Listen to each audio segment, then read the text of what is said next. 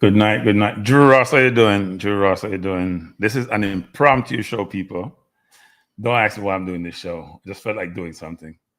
I was lying here and said, you know what? I should just do a show.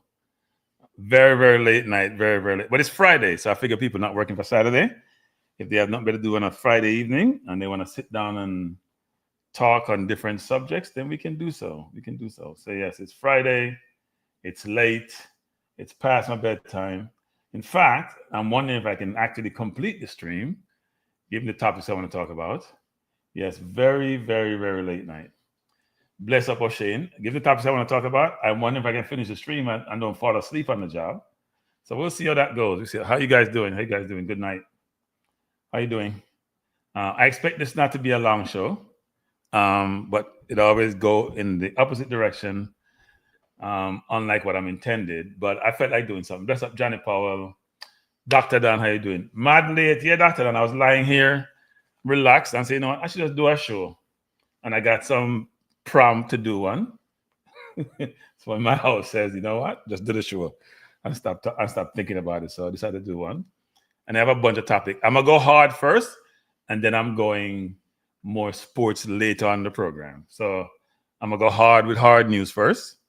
Some topics, which I'm going to do much more.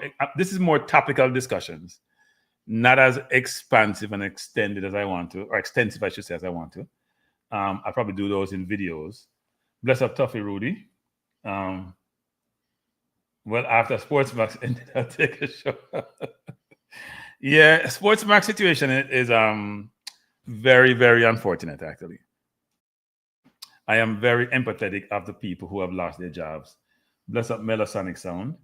And by the way, people, if you haven't subscribed to my Balanced View channel, please do so, because I'm getting a lot of pressure to do much more Balanced View stuff. So I'm going to do Balanced View stuff. Unlike I have in the past. I've sort of neglected the channel. I'm working on some other stuff. But I intend to start doing more of it, actually. So if you haven't done so, please do so. And I do have a lot to talk about, though, because there's a lot happening in the news. It's a constant, right? The news are a constant. There's a lot happening. I was watching a channel today, and I found some of the discussion, not a channel, a YouTube channel, really interesting. And I'll talk about them later on in the program, but I'm going to jump right into it because there's a lot to talk about. As I said, I'm going to talk sports at the end of the program, but I'm going to talk more hard news first. So, you know, it's been dawning on me that in today's society, and people can say, well, Kranky, here you go, hypocritical self again. Everybody achieves hype, right? Everybody chasing hype. But a lot of people are not chasing substance, which I find very, very disappointing. So, yeah, hype is good and hype makes stars. But we live in a time where viral is becoming more important than being valuable. And sort of more tragic. And one can say, well, your value or what you deem valuable is different from what I deem valuable. And that is true. I can understand that. But if you think about like TikTok, for example, filters, sort of more empty knowledge. You think about our music and dancehall, which has evolved over time. I know it's more shock value than anything else. If you think about what's happening even in the global environment, where I would never believe I see a president of the United States who is what I call a ghetto president. And ghetto is not to denigrate people who may not have resources. It's just the behavioral component of the person, how the person operates. Right? And it looks like I feel like I'm living in an alternate universe. Nobody's teaching values anymore. Not parents, not schools. And even music, which was an outlet and progressive in a lot of ways, has now changed. And you can't build life on vibes alone. No. I know things have changed. I know things continue to change. I know some people believe that, you know what, if you're seasoned or old, as they call it, then your ways of operating should change over time, which I agree with. But there's some fundamental things in humanity that you need to have, right? Certain values you need to have, certain morality you need to have. And that seemed to be going away or gone away. You know, we have always had wars. We have always had difficult situations. We have always had people doing inhumane things, but it seems to be more pervasive now.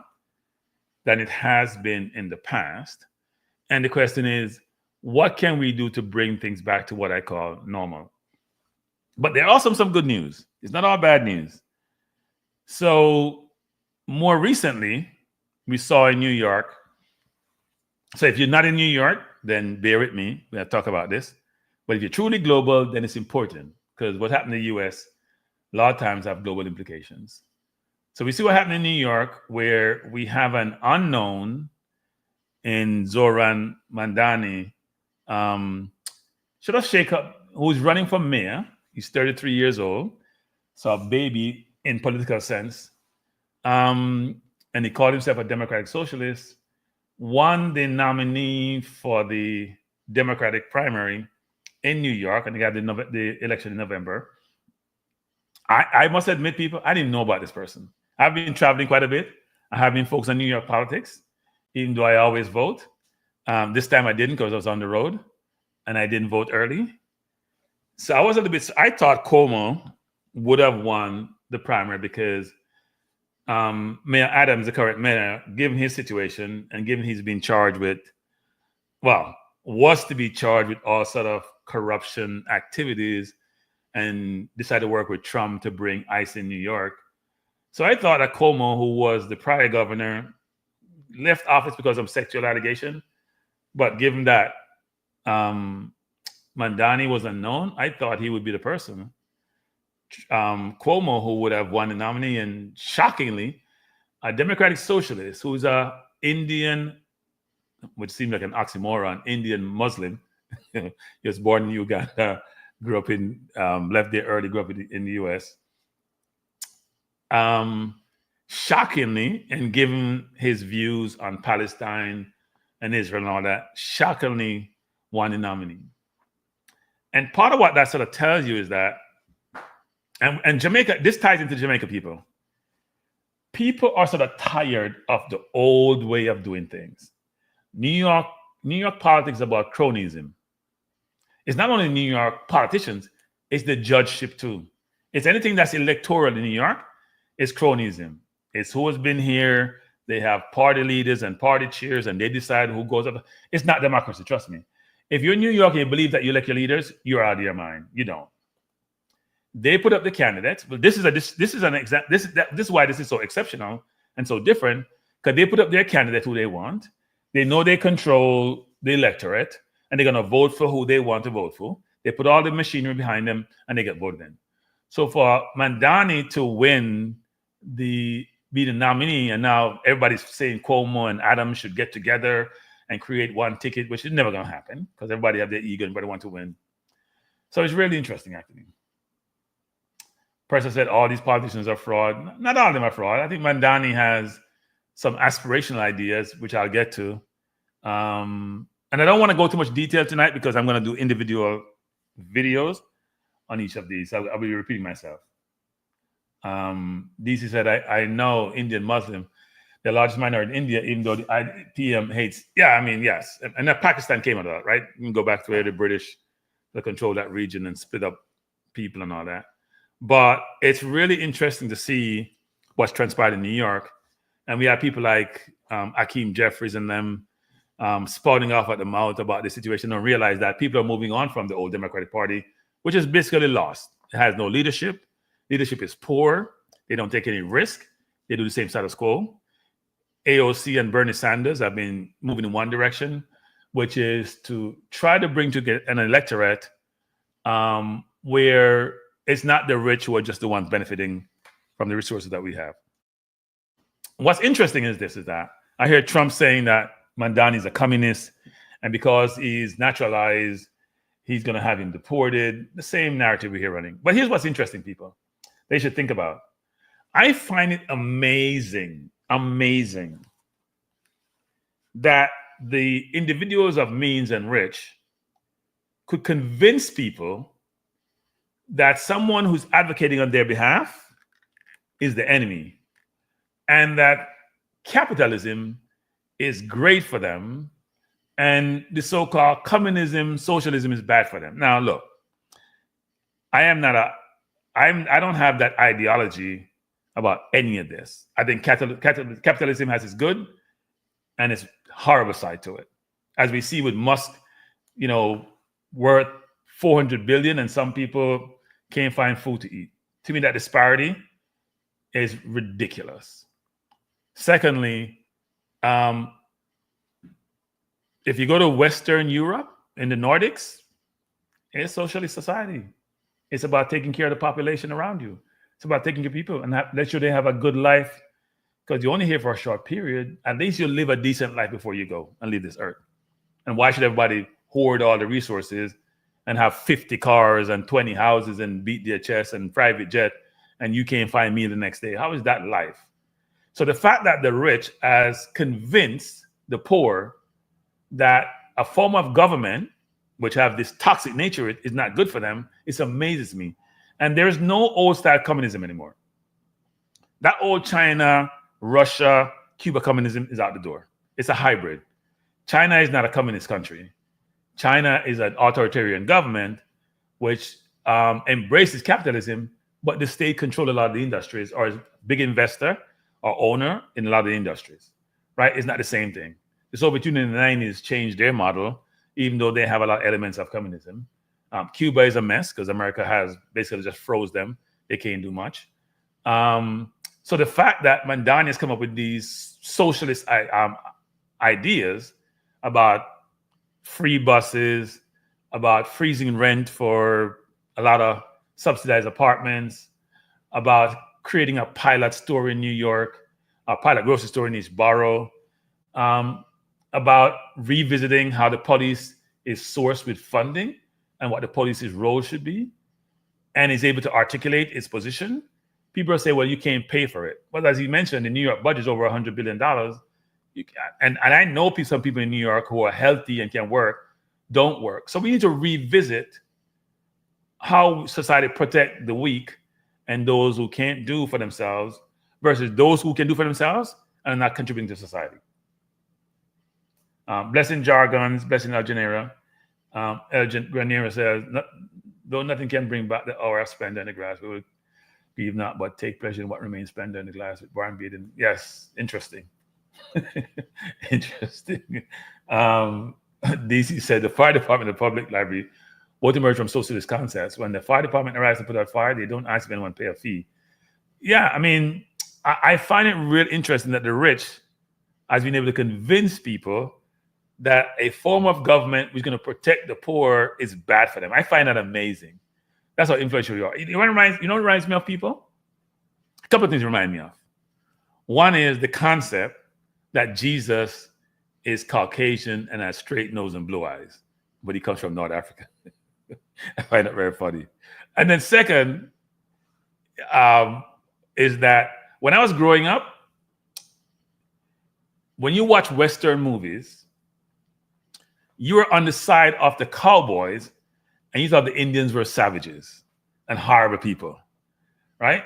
And then when you get older and you understand how things work, you realize that you were so manipulated at that point, you create empathy and sympathy for the oppressor because the movie was constructed in a way to guide you to think that way. It's amazing how that works. Amazing people. Amazing how that works. Yeah, he's a socialist. Amazing how that works. There's nothing wrong with being a socialist as far as I'm concerned. It's amazing how that works, people. I can convince you who are the oppressor, you are the oppressor, that no, you're the good guy. The other guy is the bad guy. I can convince you that because the bad guy had these archaic weapons, that they were savages. When if you go look up what a savage is a person who kill without any regard, right? That's a savage. And that was the party who was creating those horrible crimes against the Indians. They were the ones. Just like we see now in the Middle East. When you drop a bomb on somebody and spin them in 100 pieces, you're the savage. You're the savage because you attack them because they're committing genocide against you. But then you become the savage because they're great. And the bomb just kills you quickly. So it must be a good thing. Bless up, John Jero.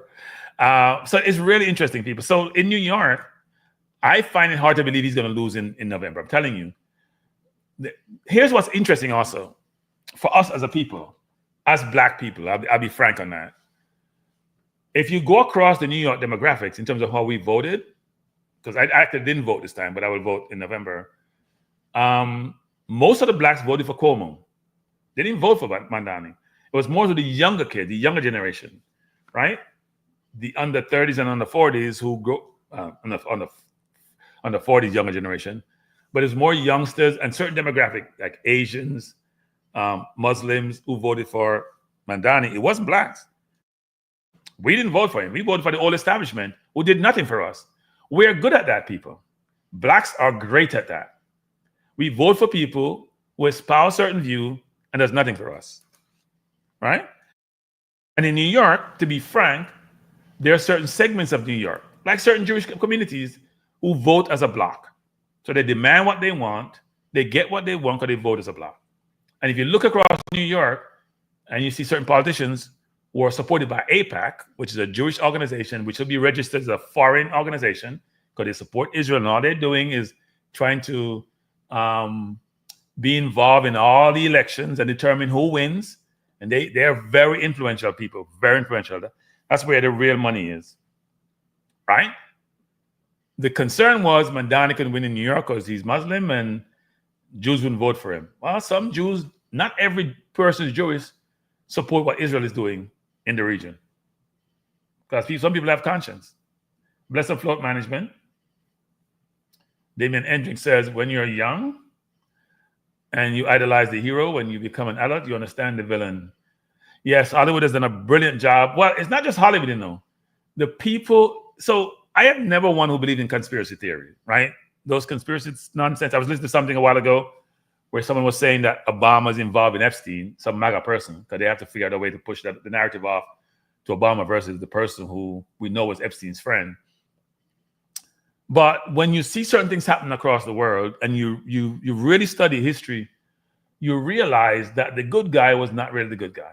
The good country was not really the good country. Some countries like the US have done some really, really bad things, people. You look at Iran, for example.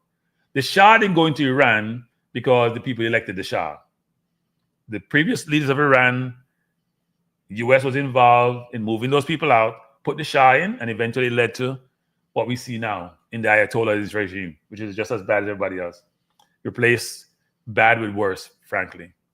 So back to Mamdani, I'm always messing his name up.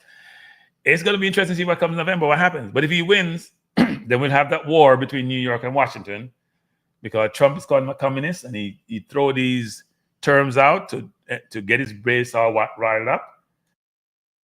And then we have traditional media who are the worst people. I'm telling you, you have to read traditional media now with a level of scrutiny, which you didn't have to before, and realize that just like in Jamaica with traditional media, we talk about this with in football, for example, they are conflicted. They are conflicted and they can be bought, and they're bought. And it's very disappointing because, as I said numerous times, I subscribed to New York Times for years and years, and realized after I saw the conflict in the Middle East that New York Times was just like any other newspaper, just as corrupt, just as unbiased as anybody else. They weren't who they portrayed themselves to be. So we'll see what happens in November. But I think Mamdani, look, I am a landlord in some respects, right? So I understand the need for landlords to make enough of rental income to allow them to pay their expenses and generate some income so they can satisfy the obligation. But I also understand that people have to live. And if I have to sacrifice paying a little more taxes so people can live, I'm fine with that. Because at all times in New York, rent is out of control. People can't even pay their rent. Rent takes up over 30% off your income, sometime before taxes, not even after taxes. So maybe take up 50% of your income. Then you have to pay for transportation and food and clothes and pay for your kids. It becomes prohibitive, and that needs to change. It's not sustainable. And if he wants to give free transportation, if he wants to make sure improve our educational system, if he wants to freeze rent in certain places, then you know what?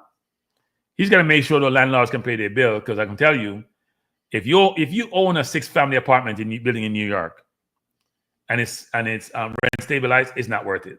You can't give those building away. I'm telling you, you can't give them away in New York. You go look at that. Those six apartment buildings in New York, those 6-story buildings are 6 apartment buildings in New York.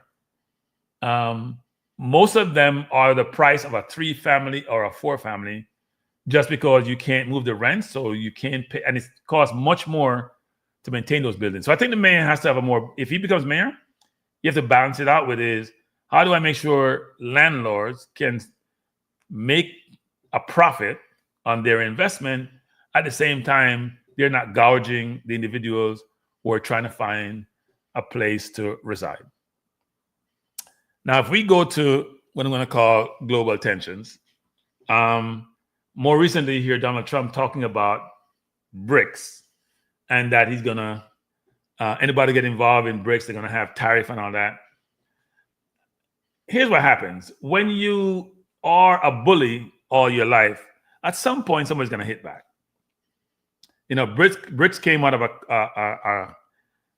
a Goldman Sachs head of research, who was a huge Man U fan. I think I mentioned this before, who coined the phrase of the economies he believed were going to do well. That was a number of years ago, and said the next 10 years. And that was more than 10 years ago. He coined the phrase. And that was the economies that had huge population and which had huge potential. Huge population, young enough population, expect to produce.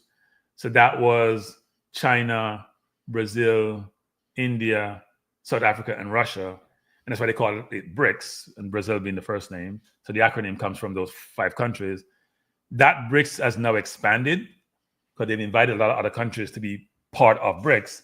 And part of what BRICS has become, because that was just those countries which have the potential to have large economies and much influence globally, that has changed to involve many more countries. And part of that is an anti-Western, anti-US construct that's evolved from this. And the reason for that is the US, over 90% of trades in the world are done in the US dollar. And that's a problem for a lot of people. That's why America can sanction countries. That's why they can destroy Cuba with their sanctions. You can't do activities, you can't do trade, because they control what currency transactions are conducted in the US dollar, and they can put sanctions and preclude you from having transactions. Let's see with Iran, for example, saying they can sell it to China, but because most transactions are denominated in US dollar, it becomes a problem. Well, what BRICS is also trying to do is have transactions done outside of the dollar in terms of currency, right? So you may do it with in the Brazilian currency or the Chinese currency versus having to always utilize US dollar as the main currency for conducting business. And then US will have less influence over the world and less influence over those countries, because you can't have sanctions on me if I'm not conducting transaction in your currency, right? Which you control, and you control the SWIFT banking system.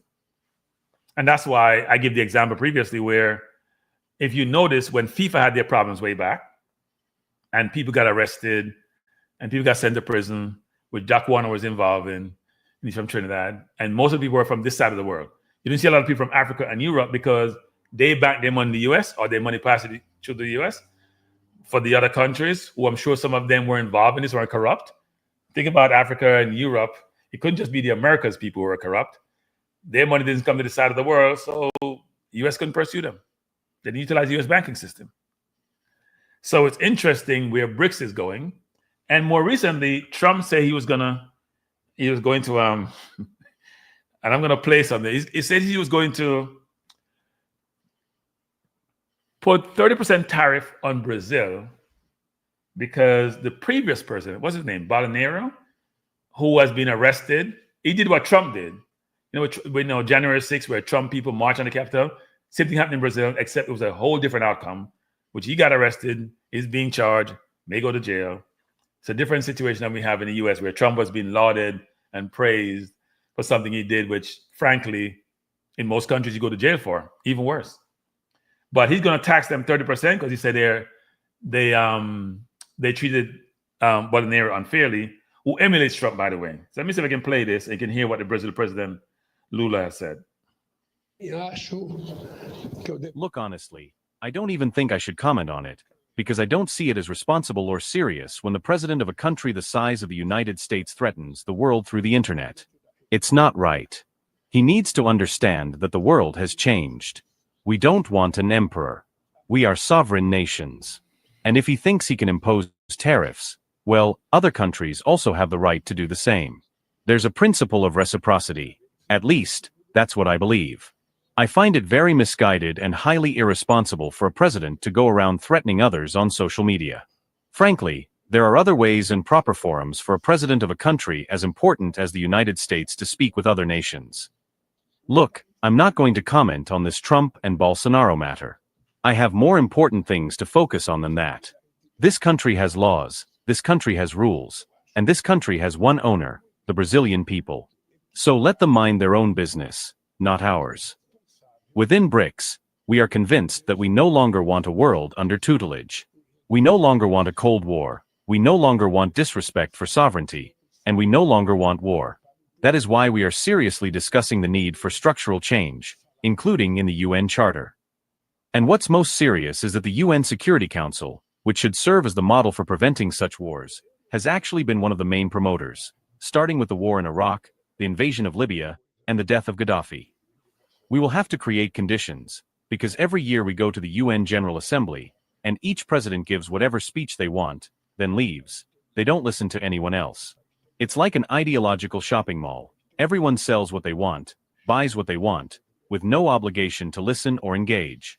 In other words, the UN needs to hold a proper conference to seriously discuss the issue of wars. The world needs to find a way for our trade relations without having to use the dollar. When it's with the United States, sure, it goes through the dollar. But when it's with Argentina, it doesn't have to. When it's with China, it doesn't have to. When it's with India, it doesn't have to. And when the focus is Europe, people discuss the euro. In other words, no one ever decided that the dollar should be the global standard currency. It just happened that way. Obviously, we have a responsibility to move forward with great care. Our central banks need to discuss this with the central banks of other countries. But this is something that has no way back. There's no turning back. It will happen gradually, until it becomes consolidated. So I think what he's saying there is that they want to move away from the US having the dominant currency and have people have sovereignty and be able to operate independently, and you not be able to dictate to someone because you don't like their policies. Because all he's basically saying here is that Trump is saying, well, the way you treat your previous president, I'm going to have 30% tariff on your goods, which just seems so ludicrous. As if you can't manage your own country and you can't run your own country, because Trump wants to run every country across the globe. Just like he tells China to get out of Jamaica, he believes that he has the authority and he's been anointed to run the world in a certain way, which America has done for decades, frankly, but people are not pushing back. And as Lula says, what will happen eventually is gradually, because it takes time to do it, and you want to make sure when you make these changes, you're not upsetting the banking system. Eventually, the US dollar will still have, it's hard to get rid of it, but eventually people will be able to trade without needing to use the US dollar as the currency to trade, as it is today. So it should be interesting. Princess Jillian is saying, is Nigeria and Ghana considered to be part of BRICS? What BRICS has been doing is inviting countries to be part of the entirety. If you look at the One China Beltway which the US was invited to, it's almost like a similar construct, which is a lot of these countries are being coming under this, I'm going to call it anti-US, anti-Western umbrella, frankly. It's a way of trying to make sure you have independence about how you operate, this is how you trade, and how you engage, and how you manage yourself, and not be so dependent on the US. And I don't think people realize how dominant the US has been. I mean, it's amazing how dominant the US has been for such a long time. But as we know through history, if you go back to the Roman Empire, Ottoman Empire before that, empires at some point get transitioned in terms of who's dominant. And a country that has 330 million people, India is what, 1.5, China has 1.5 or somewhere in that region. If you use people as the basis of your ability to produce and dominance, then the US shouldn't dominate. Right? It shouldn't be. But it is. And I think eventually people want to erode that dominance because they're saying the US doesn't always exercise judicial or do things in the right way, as well as treating people the right way. And now the US is kicking people out and saying, we don't want you in our country. So the question is, if the US, what the US has done, which I've talked about before, it drains intellectual capital from other countries, right? Go to Jamaica, for example. And look, people come to the US, like myself, for improved economic circumstances, not anything else. But there's a significant brain drain in all of these poorer countries, which hurt these countries significantly. And now here the US talking about having a 1% tax on remittances to Jamaica.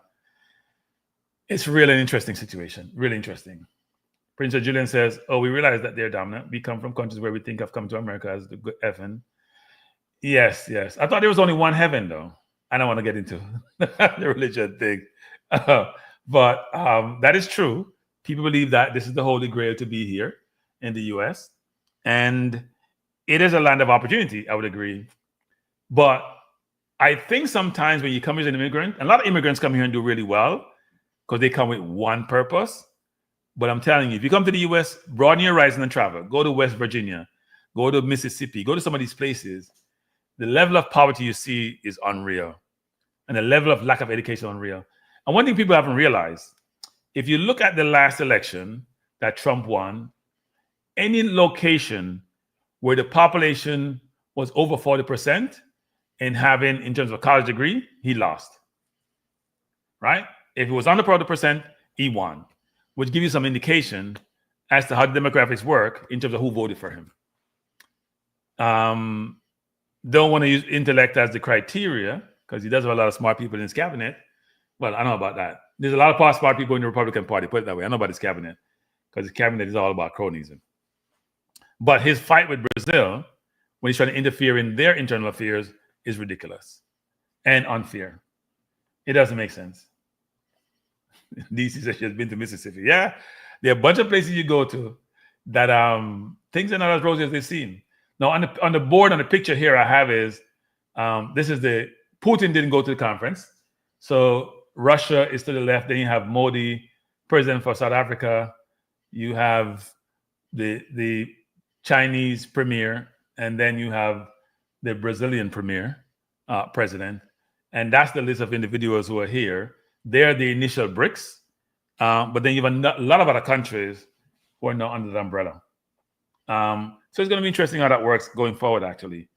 But it's a really interesting time, and the U.S. becoming more isolationist. You know, U.S. was sort of isolationist before World War II, got involved in World War II, got to be the world police and the world dominant superpower after World War II, and now has a president who has so many attributes which are not good, horrible.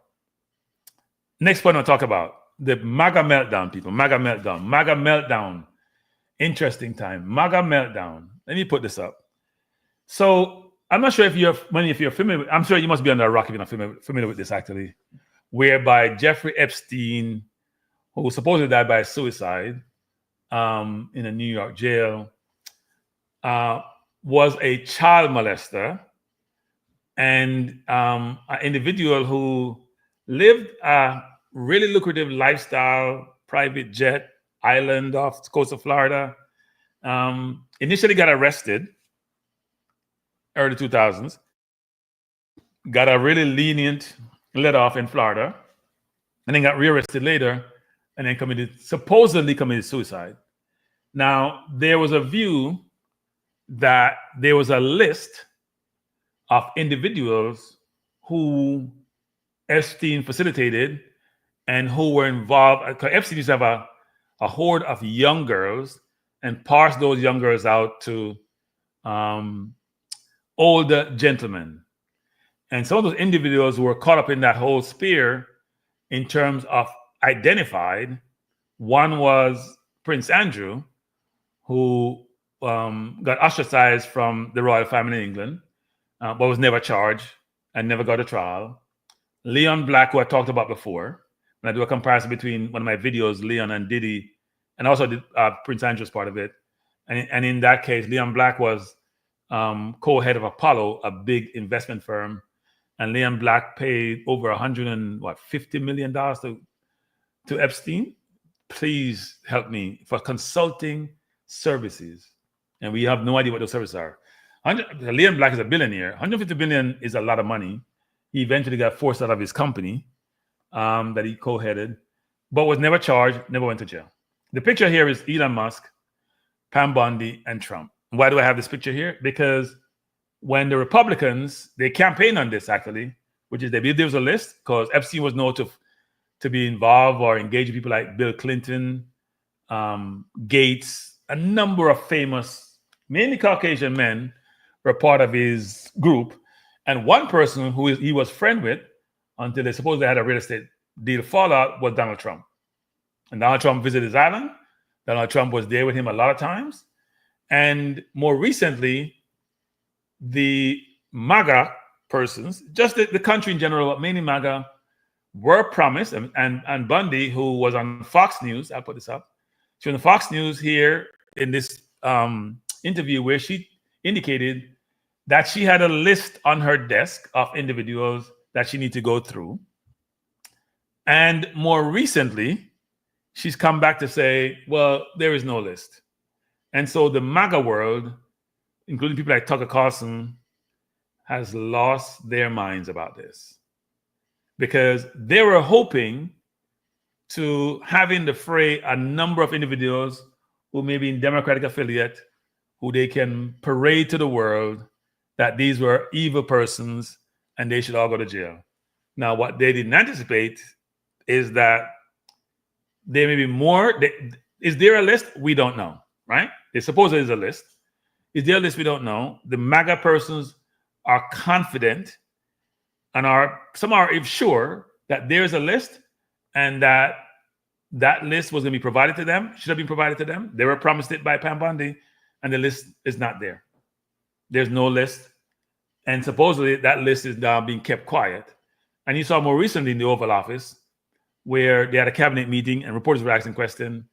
And the question was asked of Pam Bondi, where Trump jumped in and tried to play things down by saying, don't we have better things to do, basically, than talk about this list? And one of the concerns being expressed is he part of the list? And is that why the list is no longer available and may have been destroyed if there was such a list? So it's really interesting. But what Epstein did was horrendous. You can't describe the words about what he did to those little girls and the people involved. Because people like Bill Gates were part of Epstein world, and Bill Clinton, right? Leon Black, Bill Clinton, Prince Andrew, they're all part of that world, which frankly, Epstein was a sick person. There are rumors that he was part of the Mossad, which is the intelligence group for Israel, and was one of the individuals, person who worked with them or for them. But it's really interesting that Epstein, who I'm sure blackmailed a lot of those individuals, didn't have a list of individuals or had some secret file about who he was blackmailing and what they provided to him. Because no one can tell exactly what Epstein did, except he had a lot of money. But Black gave him 150 million, so we know where that came from. So it's really interesting to see what the perspective is here, and the fact that apart from Epstein, that's the only and the individuals, the lady who was with him and part of his team at the time, she went to jail. Epstein killed himself. Nobody else went to jail. All right? Stop crying, cherish life. We're going to talk football. Stop crying about football. Live some life first. Football is like, you live and breathe football. We're going to talk some football. So stop crying about football. We're going to get there. We're talking life first, that you have to breathe and live. How are MAGA just find out? Oh, they knew about the crime. They just believe that the perpetrators of the crime were more Democratic persons they think it was mainly Democrats or rich Democrats. They wanted the people like Bill Clinton to be part of that whole list so they can rub their hands and get all excited, right? But at the end of the day, that didn't work out that way. So it'd be interesting going forward to see what happens, because the MAGA world is up in uproar. They're saying Trump should fire Mamdani, and we'll see what happens. So I'll transition now to more lighter discussion than the more difficult. I wouldn't call it difficult. The more wordy topics that we're talking about in terms of whether it's New York politics, Washington politics, and things of that nature. We're going to talk some football, and I'm going to talk about my club first, Arsenal, because it's been an interesting window for us. I'm going to talk a little bit EPL, then talk some Reggae Boyz football. So, and I don't intend to be here long because I'm tired. I don't know even why I decided to do a show, but forgive me. I just felt like, and if you want to call in, because press always call, you can call in. So, Arsenal, I don't know where we get all this money from this year, people. Like, we just seem to be printing money. Nobody say you weren't good people. Got us. Arsenal seem to be printing money, people. We bought Zubamendi, we bought Norgard, we bought Kepa, even though it's only for 5 million. So we spent about 70 million between Zubamendi, Kepa, Norgard, and then we went out and bought Madueke. And I want to say something about Madueke, which applies to sports in general and to also Reggae Boyz.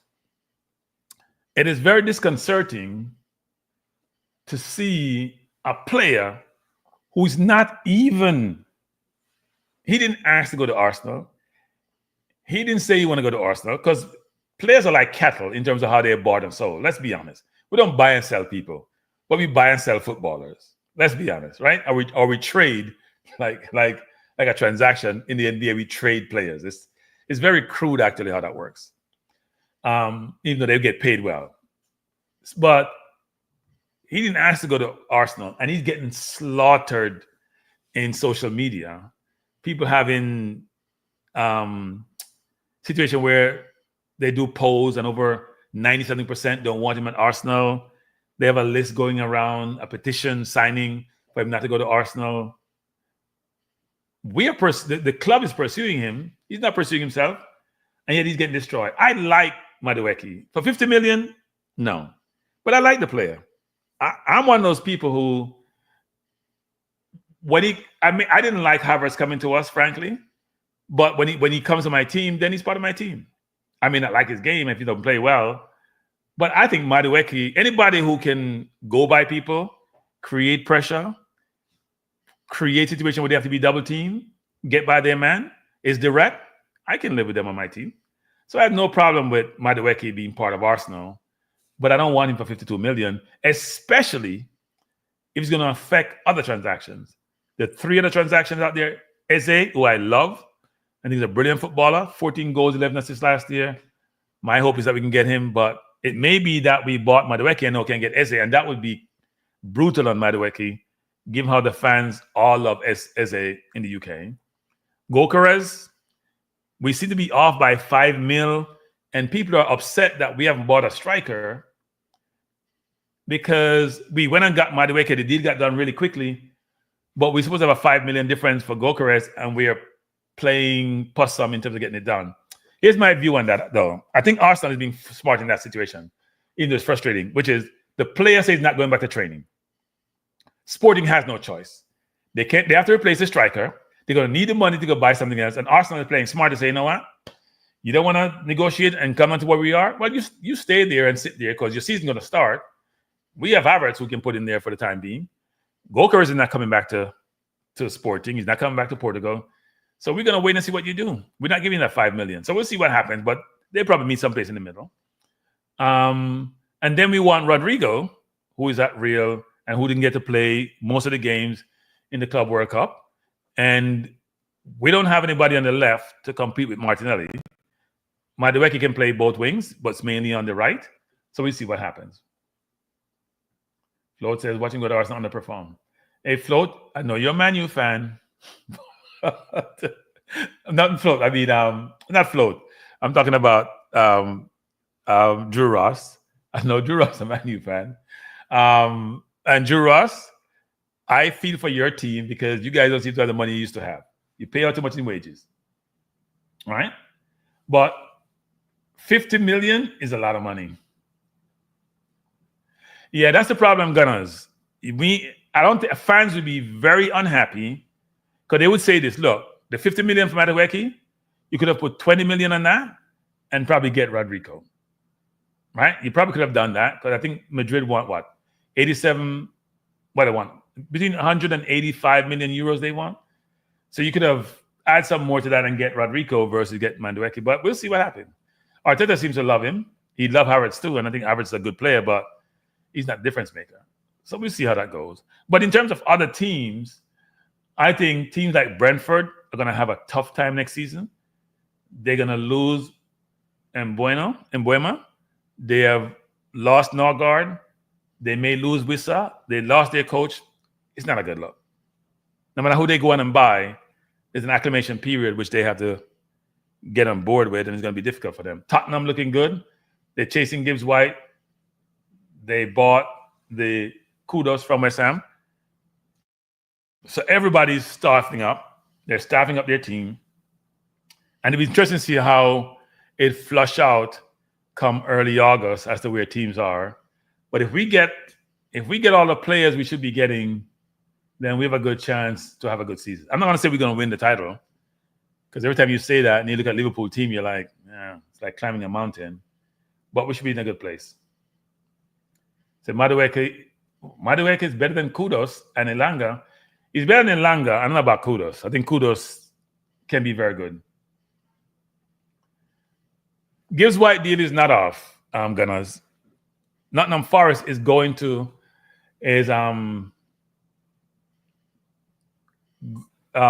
protesting the fact that they believe that confidentiality was broken in that situation. I think, look, when the deal is done, Tottenham's going to get Gibbs White. People do that all the time. Their view is that, first of all, the release clause was a secret, and you can only be able to do this if they tap up someone, which is you have discussion behind Nottingham Forest's back with Gibbs White people. But that's how everybody negotiates nowadays. In Europe, the laws don't work as they do in the US. In the US, you can't do those things. You would get penalized and you wouldn't get the trade done. In Europe, you can do so. Yeah, they're going to be investigated, but I don't think it's going to go anywhere. We had a deal with Madueke. We have a 5-year contract with Gokares. We haven't completed the deal with Sporting, right? We're looking at Eze, and we already probably agreed Eze's worked out the sketch of his contract. We know he has a $68 million release, £60 million release clause, right? We had a deal with Madueke before we went to Chelsea. So every team can claim that. The only time I see it didn't work was when we bid £50 million £1 for Suarez. And even though the release clause was there, the deal didn't culminate because Suarez didn't push it. If he pushed it, it would have happened.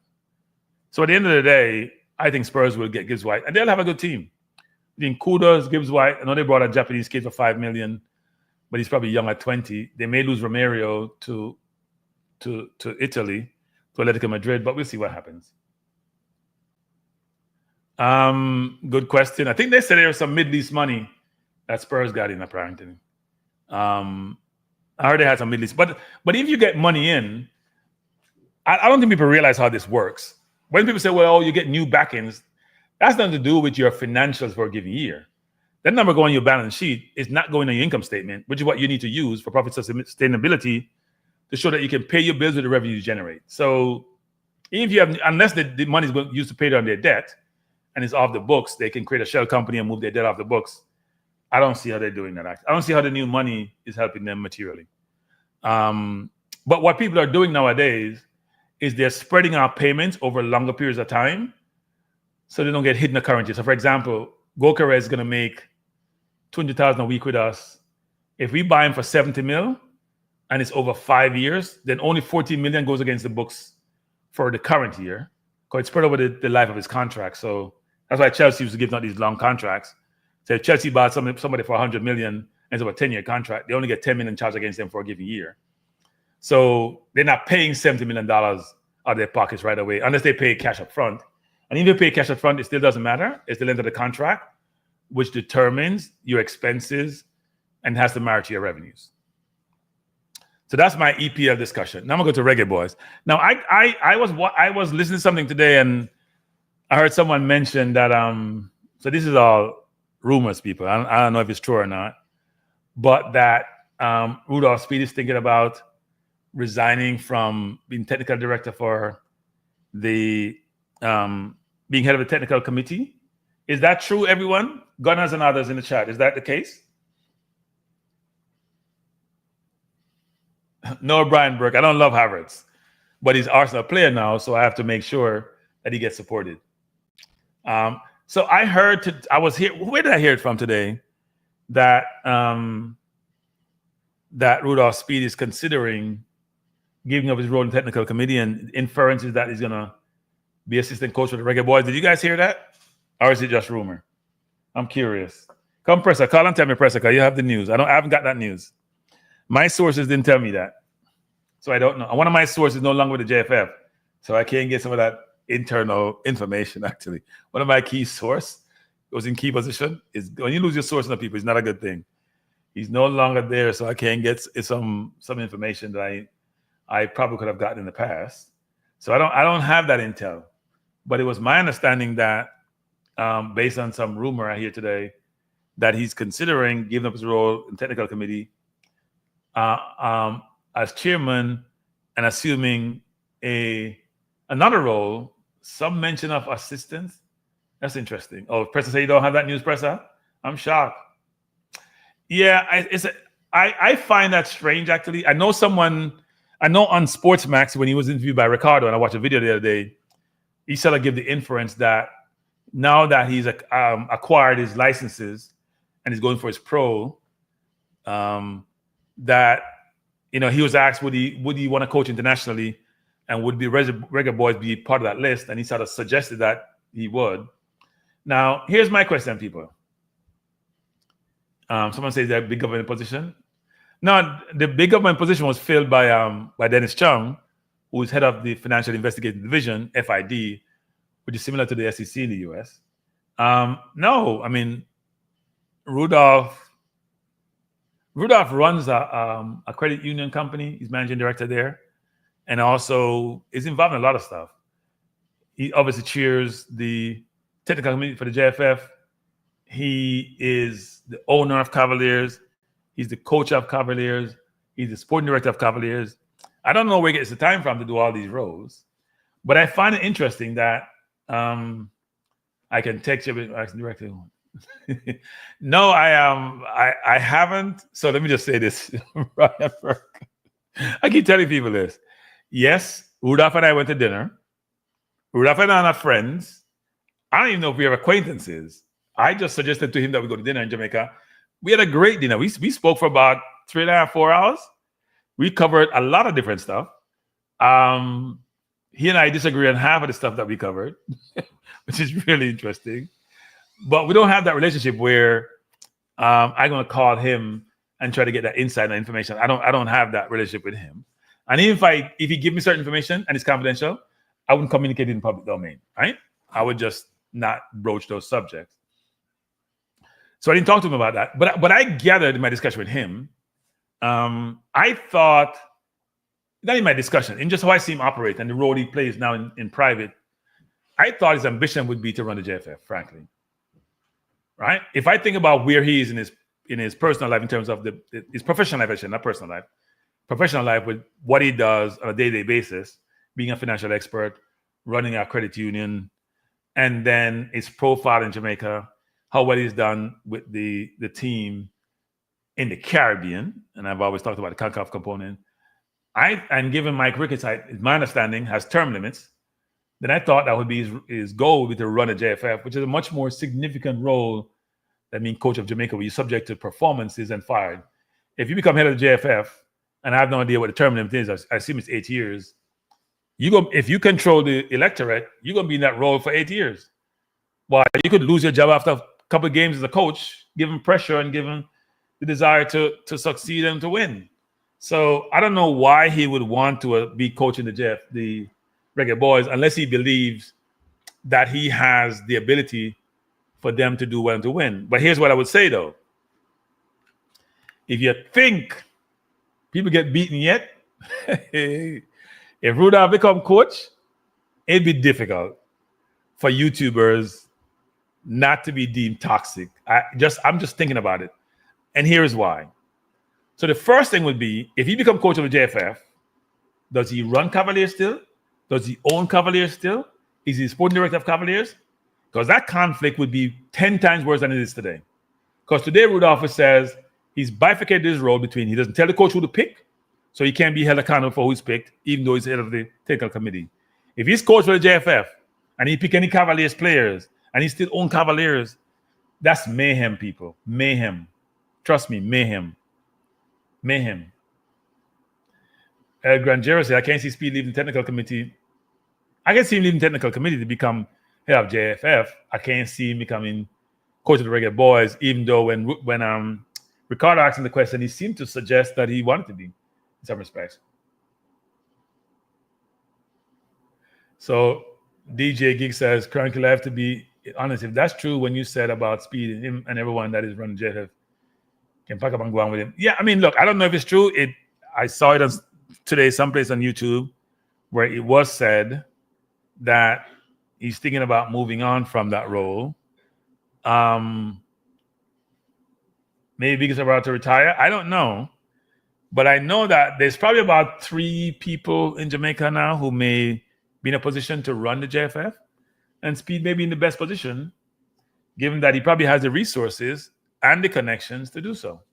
But I can tell you, whether he runs the JFF or whether he becomes coach of the Reggae Boyz, subsequent to McLaren, because they're going to keep McLaren. If McLaren doesn't make the World Cup, he's going to get fired. And if he makes the World Cup, he can get fired after the World Cup or leave after the World Cup. So either way, he's gone in less than a year, right? Or in about a year. Yeah, it was Granjero. I got to watch it because I wasn't aware of it. I got to watch it more recently. And it appears to me that he seems to suggest that he believed now he has the tools and the experience to get a bigger role in the coaching domain, and that was something he would consider. But I always thought he was a much more ambitious person in terms of what he wants to do and want to be involved in Caribbean football, FIFA, if he becomes president of JFF, because we haven't had anyone with any influence from the Caribbean in CONCACAF or FIFA since Jack Warner moved on, right? If I had no one. Bridget Julia said she thought it was weird. It was an interesting discussion, actually. Probably a bit uncomfortable for him to be asked that question, but he did answer it. Brian Burr said, despite how I feel about conflict of interest, I think he's smart and the best coach in Jamaica right now. He's the best. He may be the best coach in Jamaica. Is he the best coach for the national team? That's the question. Right? That's the question, which is, given his conflicts, it would be hard for people in Jamaica to digest that too. I mean, think about it. If you coach Arnett Gardens, you coach Tivoli, you coach Mount Pleasant, and Confidence players get in the team and your players don't, no matter if they win or not, that would be concerning. I don't know how the conflict is bad now. It'd be 10 times worse then. It'd be 10 times worse. So I'm not sure how that would work going forward and how people would digest that. And would everyone in Jamaica be cool with that and okay with that? Or would people say, this is intolerable? We cannot deal with that because it's unfair to all the other teams for the coach of the national team to be owner of a JPL team and to be the one who's finally picking the players. That would be weird, actually. Someone said, rumor that he's going to be TD of Monroe College, too much iron in the fire. Now he's involved with Monroe currently. I don't think that would affect him any. I think he seemed to work 24/7 anyway. So, because when I was in Jamaica and we met up for dinner, I think it was Friday evening and he came to dinner at like 8:30, 9 o'clock. So, because he had a business meeting. So he probably works very long hours. He doesn't work, I don't think he works the traditional 9 to 5. So he's flexible enough to wear many hats. DJ Gig says, if he becomes the coach of the national team, let me wondering if it's cricket or domino the team playing because they'll pick up minutes. I don't know about that. I don't think it's the coach more. I think it's what Steve McLaren is showing us. It's more about the players than the coach. Seriously. It is more about the players than the coach. And I truly believe that. And I think that's why I am glad to hear that Greenwood, I'm going to say maybe coming, because someone texted me and say he hasn't gotten his citizenship yet. It's my understanding his papers is on the way to him. So he should have his papers and the association getting changed. And I see where Eddie Guna mentioned that Roy Simpson makes the final decision in that area, as if Roy's going to decide who plays and who doesn't play. When all the players were supposed to be coming in, now going forward, all have Premier League experience. I don't know how we're going to not bring those players into the fold, even if people have desire to have JPL players in the team. That ain't happening. If players like Max Aarons or Rico Henry or Greenwood decide to come play and are ready to come play, then they have to play. I don't see how we not allow that to happen, actually. Or who would be brave enough or frankly stupid enough not to allow that to happen. Not even brave, just don't have any common sense or any sense at all to not allow that to happen. I don't know how that would work. And my hope is that what will transpire is that those players will be able to come to Jamaica, get their passport, because the citizenship process would probably be done, and they can get naturalized, and they can be able to change their association and be able to play. So Scribs says, saying that he's the best coach in Jamaica is not saying much. Jamaican coaches need to get experience elsewhere. Yeah, and a part of the issue that I have with the whole concept of Jamaican coaches is that they're not winning outside the Caribbean. Now, I know I hear when I hear people in Jamaica talk, they talk about the dominant the Caribbean. I keep saying this, people. The Caribbean is not your competition. You can't go to the World Cup just winning the Caribbean unless you have a situation like we have now, where the four teams in our zone are from the Caribbean. Somehow it looked like this was set up by it just looked like a setup by CONCACAF, to be honest, with the way the construct is. But Jamaica got the really easiest zone, and if we can't make it from the World Cup from this time, I don't know when we're going to get back to the World Cup. But if we get those players, that's why you hear me harping on we're going to make the World Cup despite the coach, given my knowledge of who was coming. If we get all of them, hopefully we will. We won't get all five, I don't think, by the first window in September. Then I don't see how we should make the World Cup and also have a good team going into the World Cup. How are you going to be a big coach in the reserve league, Bravo? Isn't Ravel in the reserve league and we told it's Bush League? How does that work? He's in Division 2 or whatever it is. Right? And that's not a knock on Coley. It's hard to get experience in world football in very good league if you don't have certain linkage, frankly, and you don't have certain sponsorship, and you don't have certain mentorship. It's very, very difficult, especially coming from the Caribbean. It's almost impossible. So you may use your junior national team as a basis. Look, if we had a football philosophy and a style of play, and all the coaches learn their craft, and we get out of our comfort zone and go overseas and get experience, not necessarily in coaching, but going to seminars, going to different clubs or countries like Barcelona, England, otherwise, looking at how they do their business, bring that back home.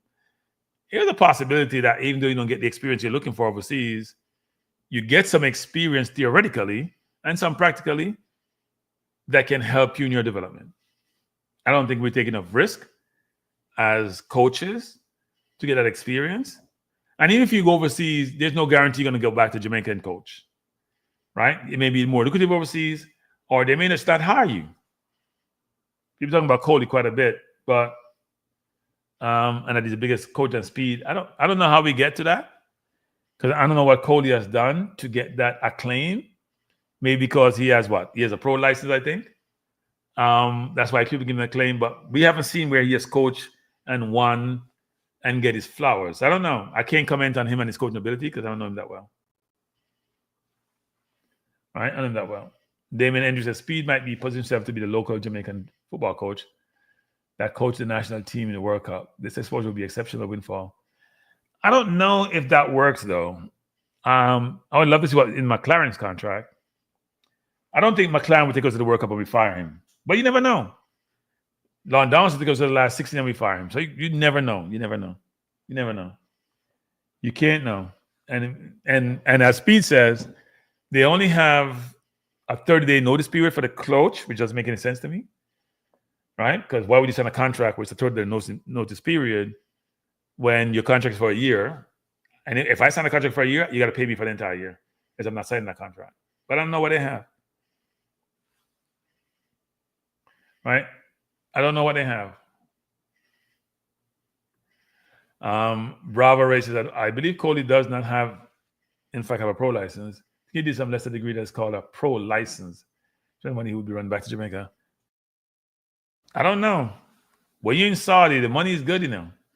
Anywhere you're in Saudi, there's a trickle-down effect. You can make good money. So going back to Jamaica to work for peanuts may not be it. Claudine said, Kranky, I thought you were old. You know, why are you doing so late? I had some the energy, Claudine, to just talk a little bit tonight.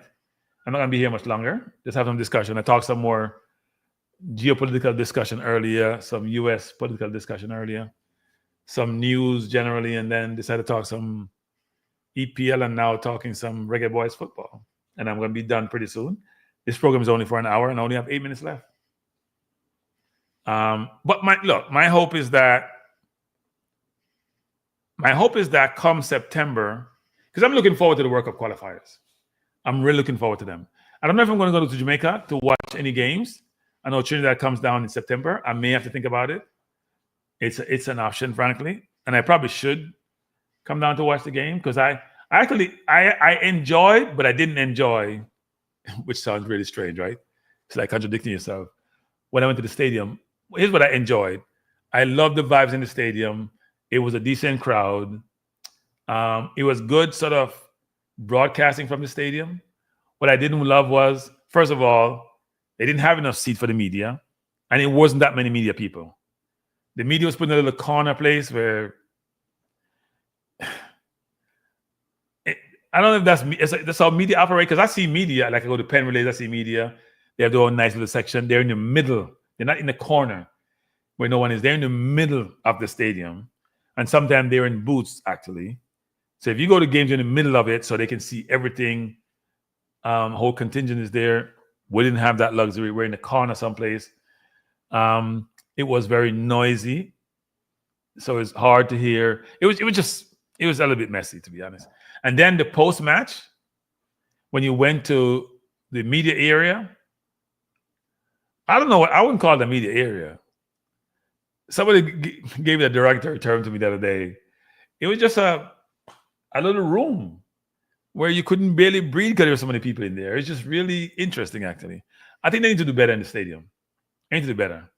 Better allocation space for media and better facilities for the post-game press conference. It just needs to be.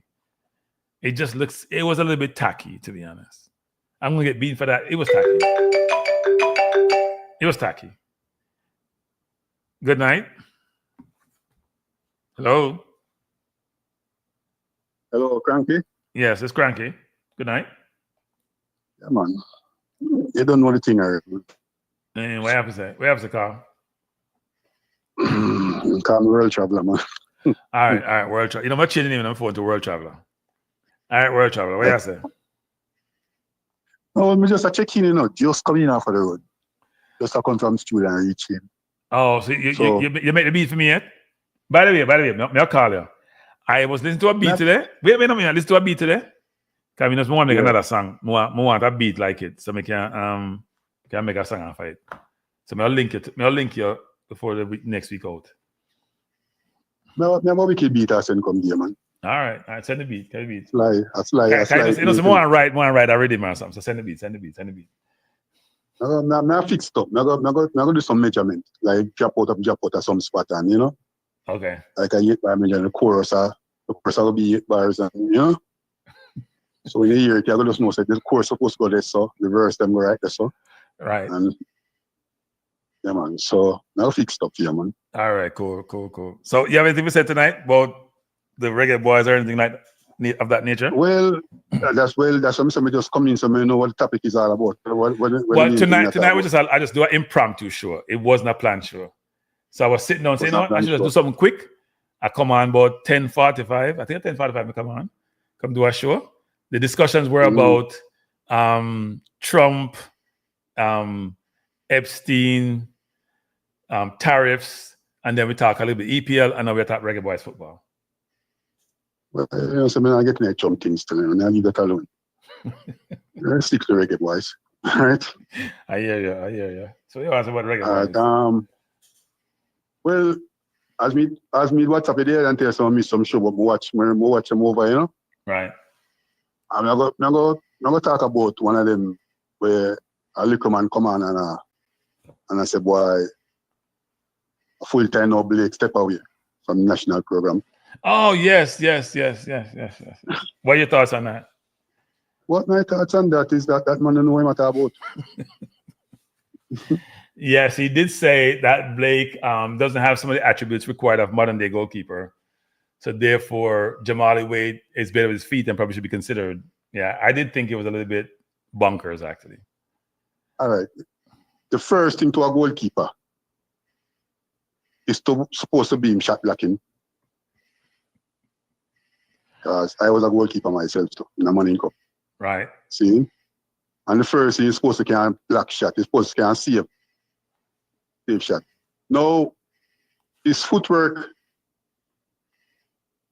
the whole thing is that when you have good center half, when you have good skillful center half, you don't have to worry about your goalkeeper with footwork, you know. You understand? Right. You just want to know someone can read the play, no one to come out and grab the cross them. I would say very alert, you know, swift. I'm Blake of all of that. The footwork for me can stay. All right. I want to touch a point now about same goalkeeper business and then talk about modern day. You know? Check Manchester United. David is an excellent goalkeeper, you know. Excellent goalkeeper, and then disrespect him to a little man. But them are right, you know. Because them say the man is better with his feet. Right. See? And look how that turned out. That is true. One was better with his feet and one was better with his hands. So you probably want the hands more than the feet, right? But the whole thing is that if it's just for his feet, from him can't stay. The goalkeeper that can't stay. Yeah. I want a goalkeeper. Well, you know what's interesting, World Traveler? The two best goalkeepers in the world currently are not great with their feet, you know. Right? You look at Donnarumma from PSG. Yeah. And you look at Courtois from Real Madrid. They're not great with their feet. Exactly. If you look at the games they played the other day, they just box the ball downfield. Donnarumma played on the floor more, but Courtois just goes long every single time, most times. But this is what I say, when you have a squad, when you have good players, you don't need to worry about the goalkeeper and using his feet. Because from him catch the ball, the defender start move wide, throw it to me. And from him take it, the midfield man just come into place and ball move and advance and gone up the field. So you need to worry about goalkeeper and use them feet. But here we are going now. See? This Leon Bailey thing we are going. See, you talk about it though? No, I actually have stayed away from it. I haven't initially. Right. I haven't talked about it because I am very reluctant to talk about players in their personal lives. I like to speak to the sports. Yeah, I don't like what you do in your bedroom, in your personal life. I feel your business. That I don't want to talk about you on the football field. Now, if it carries over in terms of your performance, it may be a subject to be discussed. But I try to stay away from it. I'm trying to get there since I'm bringing up that part. So I don't want to. As we say, what I'm doing is behind closed door and in personal life of in business. That because I haven't seen the tape, you know. I don't hear people say about it. I never watch it. See, I know me not see it. I don't know who me can link and say, send me that, but I'm not really interested in that either. All right. See, but here we go now. You don't think this thing with Leon and this girl happens a long time ago? I'm gonna be honest. The only thing I've watched on it is I do watch Maverick's YouTube channel sometimes, and he did talk about it twice. But I haven't really followed it. I haven't seen the video. I have never gotten the video. They want to send it to me, and I'm not going to go search for it. I've heard about it, and I heard it's pretty explicit. But yeah, I look, here's the thing. when you're in the public domain, whether you're an athlete, politician, influencer, you have to be very careful about how you comport yourself and how you operate. Because people are always going to try to somehow find a way to extract money from you in some way, shape, or form. They're going to extort you. They're going to do something to get your resources because money is the root of all evil, right? So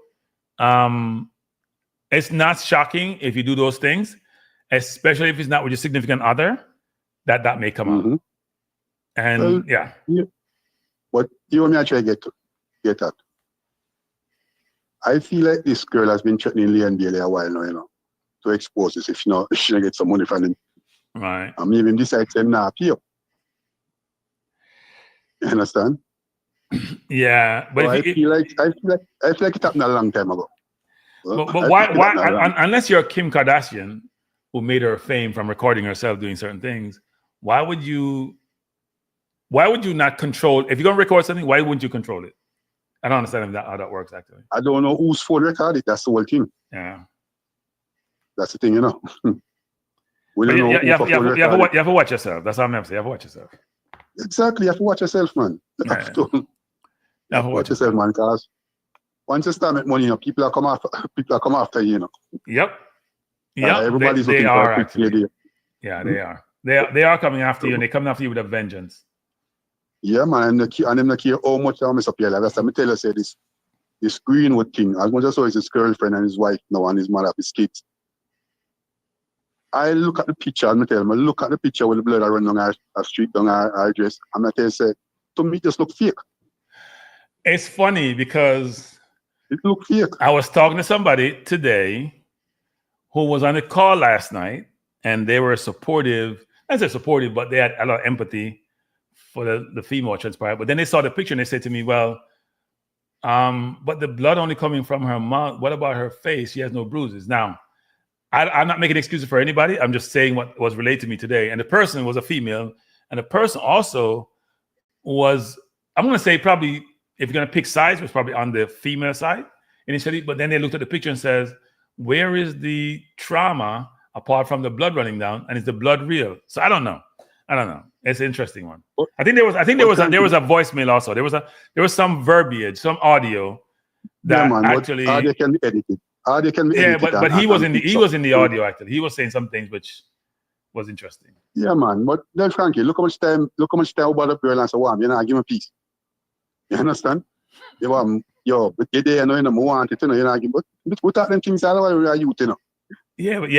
But no is no. No is not maybe. No is not if, no is no. But what I'm trying to get at, Frank, is that if you record me from them time then and edit it and put it in a certain manner, it can come up probably like me definitely that bad up the girl. I'm a raper. It was funny because last night I talked about this last night, given the Williams from Sportsmax who expressed his discontent of him joining the Reggae Boyz. I'm not gonna say he's an idiot. It's his view, right? It's his view. No, man, he showed some discontent, but it was interesting. I will tell him say my idiot. Me will look in him case and tell him that. But we're traveler. You can't beat someone for their opinion enough. Feed them opinion enough. Right? They may have their reasons as to why they think a certain way. My only point on this is this, that I think people have to try to be as balanced as possible in this situation.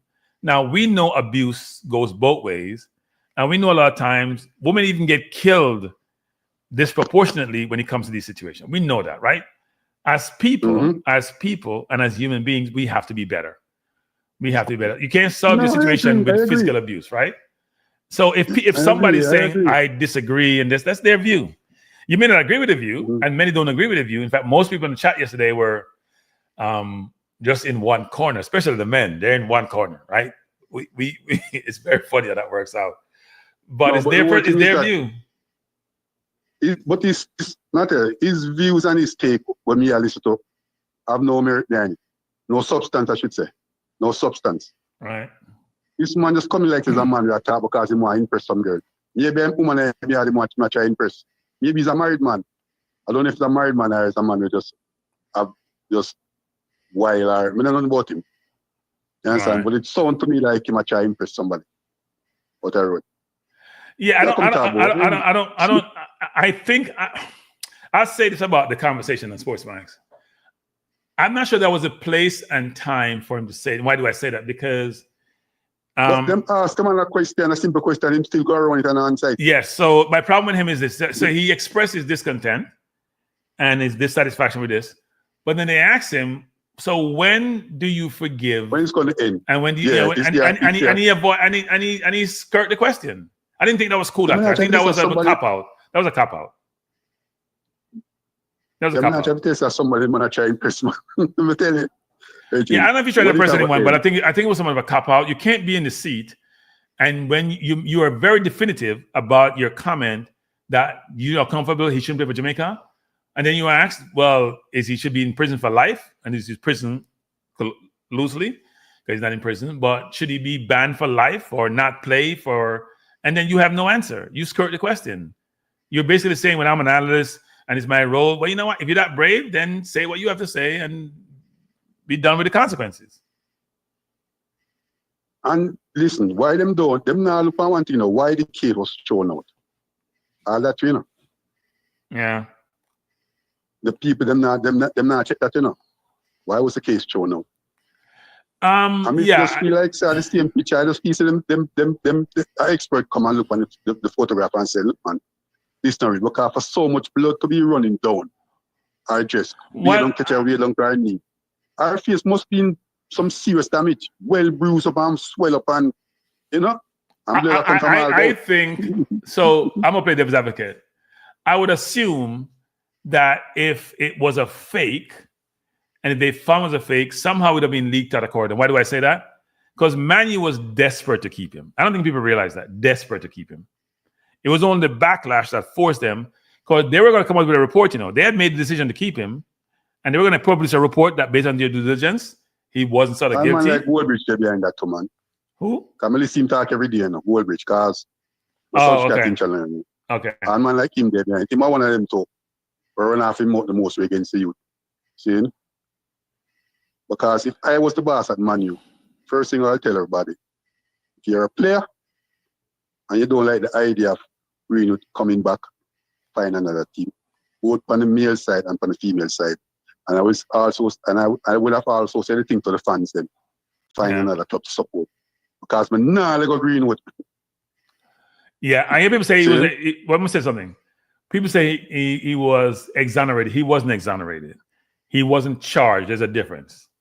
Right? It's not like you went through the process and they say you're free, which means you're exonerated. Yeah. He wasn't the case. They had no case to bring because the witnesses decided not to cooperate. And secondly, they said they had new evidence. They didn't tell us what that evidence is, which is disappointing. Because if they gave the evidence, probably provide more context, right? So it's a disservice to the kid. If you say we didn't charge him because we had new evidence, then tell us what the evidence is. Then I try to protect the girl. That's always the case, Well, no, you can't protect somebody who may have done something. No, listen. That makes no sense. Protect her from what? From herself? He could be the one also to, to say, okay, he will take all the pressure.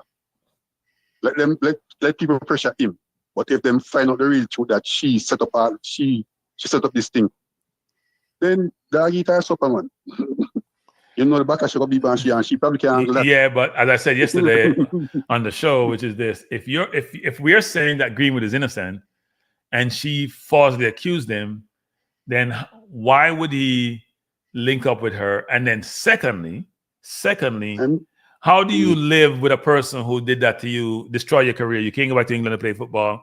You can't even go back there to live. I don't know how that would work. And you're with them every day. It happened before, Kranky before. No, somebody on the MF was saying something similar yesterday, but I don't know. I couldn't do that. Man, it happened before, man. It happened before because him probably truly love her. You understand? And then her parents with his parents also. I remember say a long time this thing happened, and just the other day, it happened from 2017 year, and then get past it, and then somehow the information leaked. So say the law to get involved. So, so how me I explain to you, I feel a psycho, Kranky. I feel like a psycho, but a full-time MD at Jamaica player. And the people have to leave the youth alone right now, man. Jamaican people, leave the youth now, man. I would think we need to move on. I'm very disappointed he brought it up. Yeah. Even if he thinks that way, he should have expressed his thoughts way back when. Move on. And then Maverick didn't help yesterday when he was saying he's tired of Greenwood, and then bringing up the whole same thing again about if it wasn't for external circumstances, which is what he's referring to, Greenwood would be here. Maverick has to be one of the most distasteful people on the planet, frankly.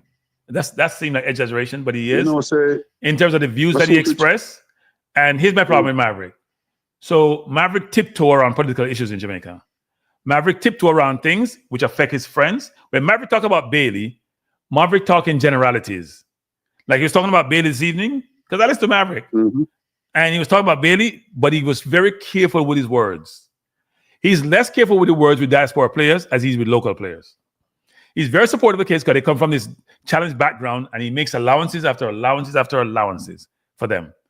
They can't do no wrong. If they do a wrong, then he finds ways to express as to why they shouldn't be held accountable.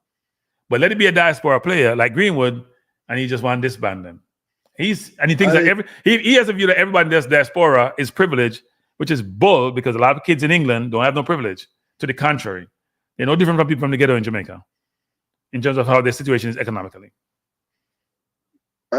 You say it's too vlog him do about it. Because I know I watched one. And there's he did too. He did too. Well, the one that I watched was the argument about Greenwood finally have the clearance to represent Jamaica. And I said, I'm tired of that now because in my ears thing so long and I know Greenwood. Yeah. No, that was one. He did one on that. He did one. He did two on Bailey. He did two on Bailey and one on Greenwood. Yeah, he did two on Bailey and one on Greenwood. Okay. Yeah. Oh, well, but in that same Greenwood one, he was saying he was tired of it, but he also brought up Greenwood background and history as a reason why he doesn't play for England, and he wouldn't play for Jamaica because unless the situation in England didn't materialize, right? Yeah. If it wasn't for that problem, we wouldn't have. Well, we all know that. But in the same vein, he's a hypocrite because he then said he supports the athletes who decide to go run for Turkey or to go do track and field for Turkey, right? So then where's your nationalism kicking in? Why aren't you tired of them doing this when Jamaica trained them and they leverage or they benefit from Jamaica's support or the high school support or the coach's support that got them to where they are now? And they're going to run for a country just for money. So they have no sense of loyalty to the country or nationalism. But you say Maverick is a man always support this argument, that anyway the money they go for it, Yeah. And then first my express them thing there. Yeah, but you can't have it both ways, right? You can't cuss out Greenwood, who wasn't born in Jamaica, and you're tired of him. But you don't tired of Bailey, who has played almost 40 games and ain't done nothing for the country. You make excuses after, we need it. I mean, the same thing Bailey was saying, we need him. You got to come to this World Cup qualifier, and he has a chance to prove himself and do that. Prove yourself.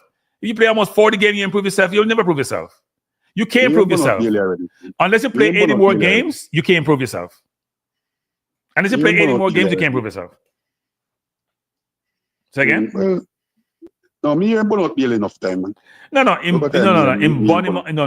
Bonimouth, in a certain way. May I tell you, he's managed in Bonimouth. In Bonimouth, when anybody is at Bonimouth, about the place is playing for the country. He's playing on the field. He makes allowances for Bailey 24/7. Trust me. Allowance after allowance after allowance. Yes, in Bonimouth sometimes, but go watch him in Bonimouth. But then Maverick only do it to get views in herself. Shouldn't beat him. No, well, that's the whole thing. There's what them say? No publicity is bad publicity. Understand? Well, that's true.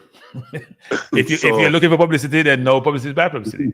Unless you have Greenwood type publicity or Bailey's type publicity, that may not be the best publicity. Our PD. Well, Diddy publicity is jail publicity. You don't want that publicity either. You don't want that publicity. But my not Bailey in terms of how he plays for Jamaica, but we really pity him right now with what's going on with him with this scandal. Understand? Yeah, I mean, I haven't spoken about it because I'm here to talk about football when it comes to players, and the rest of the stuff, I don't really care about. You want to do all that stuff, so long as you're not getting yourself go to jail or something, or you're not hurting anybody else. Do your thing. Whatever you do your thing. Just make sure you manage yourself really well.